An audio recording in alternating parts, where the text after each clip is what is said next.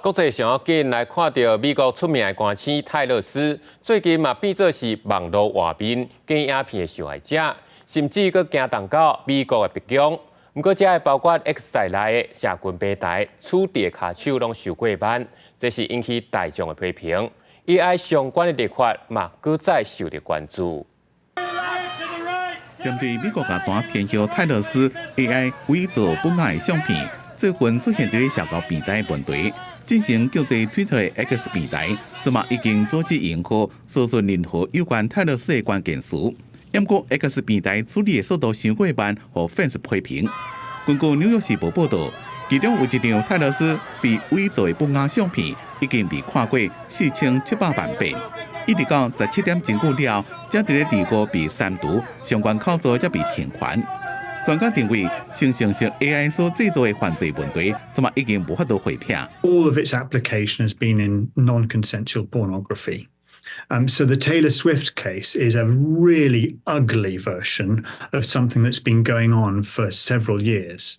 And the main targets have been women.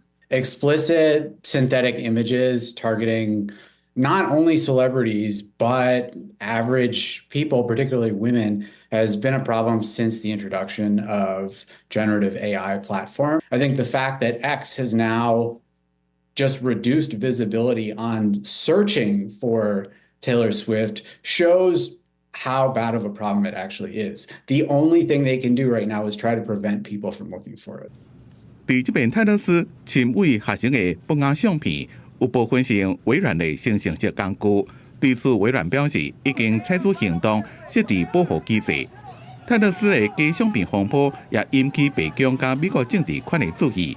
但是伫即马，美国只敢有9个州政府制定相关的法律，伫咧联邦政府层级是也无相关的打击 AI 生成图片的法律。目前，美国国会已经提出相关的立法，进入众议院司法委员会审查的阶段。泰勒斯唔仅是乐坛的成就，就连甲美国卡球 NFL 球星上身的恋情也带动话题。想要伫今年11月争取连任的美国总统拜登，打算复制4年前的模式，争取泰勒斯的支持，希望会让伫咧泰勒斯的时代巡回演唱会其中一站上台。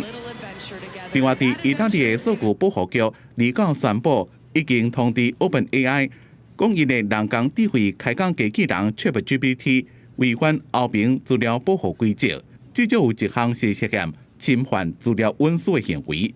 有微软伫咧制作的 OpenAI 有30天会当提出抗辩。公司新闻金环庆编辑。